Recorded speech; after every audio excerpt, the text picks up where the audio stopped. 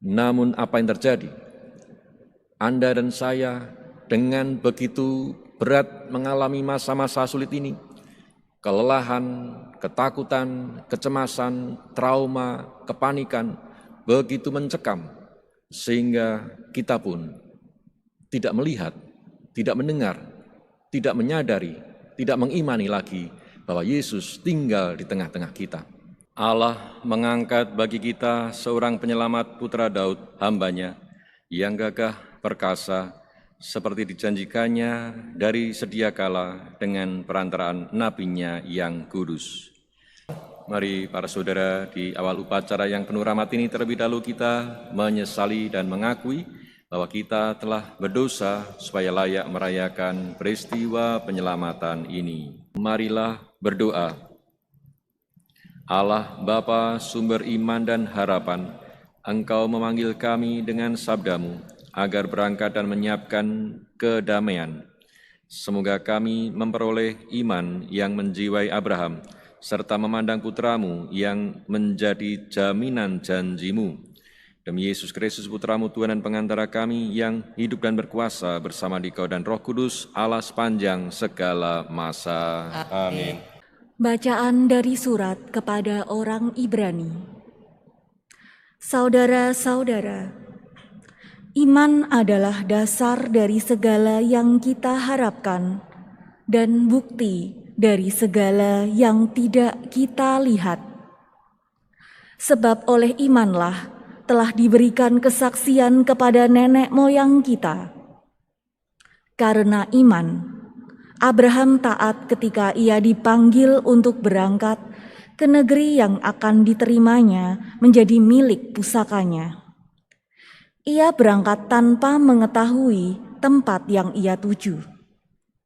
Karena iman, ia diam di tanah yang dijanjikan itu, seolah-olah di suatu tanah asing. Dan di situ ia tinggal di kemah dengan Ishak dan Yakub, yang turut menjadi ahli waris janji yang satu itu. Sebab ia menanti-nantikan kota yang beralas kokoh, yang dirancang dan dibangun oleh Allah sendiri.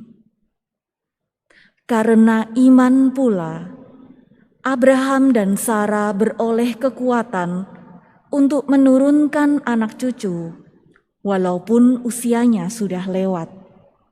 Karena ia yakin bahwa Dia yang memberikan janji itu setia. Itulah sebabnya dari satu orang yang malahan telah mati pucuk, terpancar keturunan besar, seperti bintang di langit atau pasir di tepi laut yang tidak terhitung banyaknya. Dalam iman, mereka semua telah mati sebagai orang yang tidak memperoleh apa yang dijanjikan itu. Tetapi hanya dari jauh mereka melihatnya. Mereka melambai-lambai kepadanya dan mengakui bahwa mereka adalah orang asing dan pendatang di bumi ini. Sebab mereka yang berkata demikian menyatakan bahwa mereka dengan rindu mencari suatu tanah air.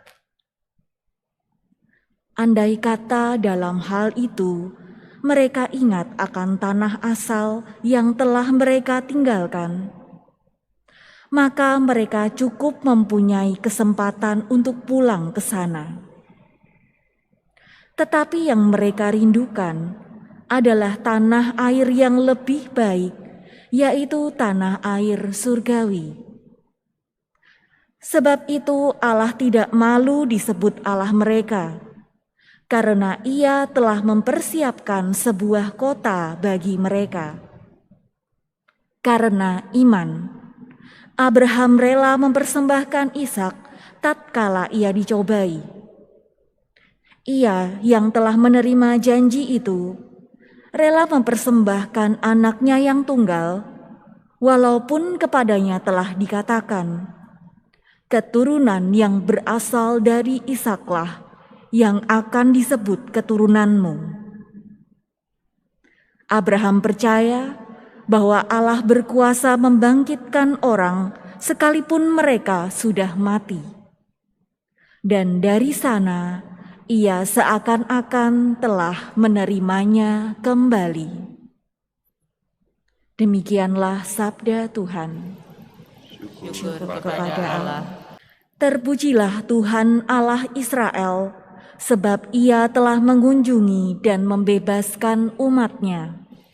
Terpujilah Tuhan Allah Israel, sebab Ia telah mengunjungi dan membebaskan umat-Nya.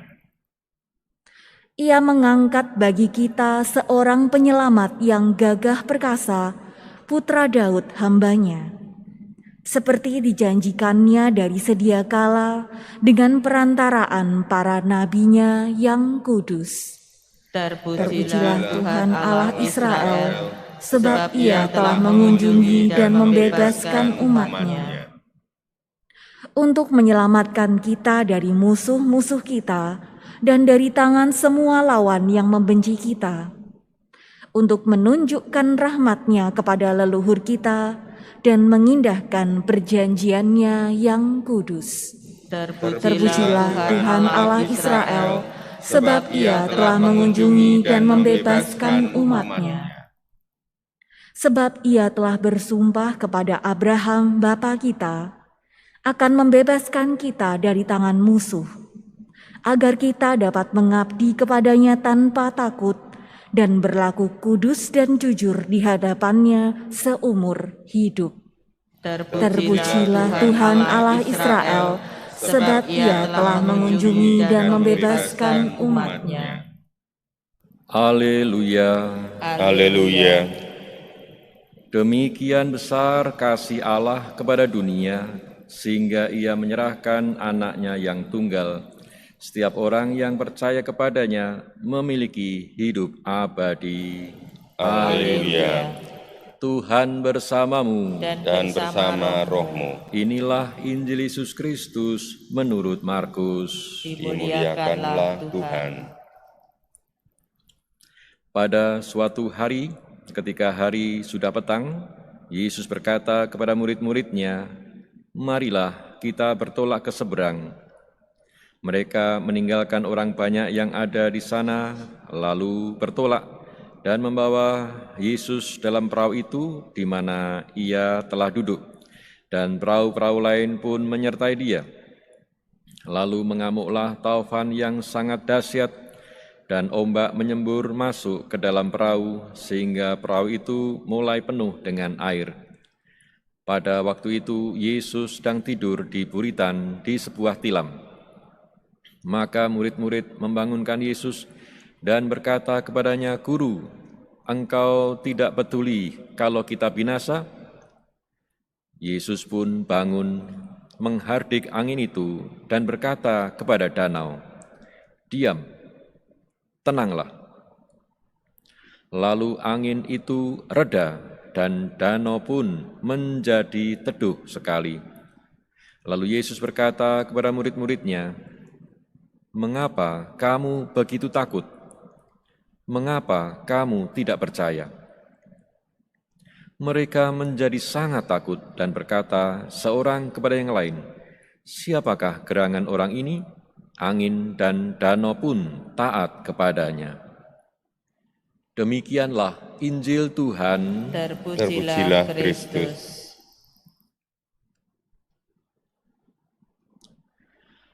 Ia pun bangun menghardik angin itu dan berkata kepada danau itu, "Diam, tenanglah." Lalu angin itu reda dan danau itu menjadi teduh sekali. Markus bab 4 ayat 39. Saudara-saudari yang dikasihi Tuhan, dalam bacaan Injil yang kita dengarkan dalam Ekaristi ini dikisahkan bahwa Yesus sedang mengajar di tepi danau, dan karena orang begitu banyak mendengarkan Yesus di tepi danau itu, maka Yesus dikisahkan dalam bagian awal dari bacaan ini naik ke sebuah perahu dan mengajar orang banyak itu dari atas perahu. Hingga ketika hari sudah mulai petang, Yesus mengajak murid-muridnya untuk menyeberang, meninggalkan orang banyak tadi, melanjutkan karya pewartaannya. Dan Yesus pun bersama para murid menyeberang. Dan pada saat dalam perahu itu, Yesus dan para murid menyeberang, angin taufan dahsyat menghantam mereka. Dan Yesus tidur di perahu itu. Dan mereka sangat ketakutan karena air sudah mulai masuk ke perahu itu. Maka mereka membangunkan Yesus dengan berkata, "Guru, Engkau tidak peduli kalau kita binasa."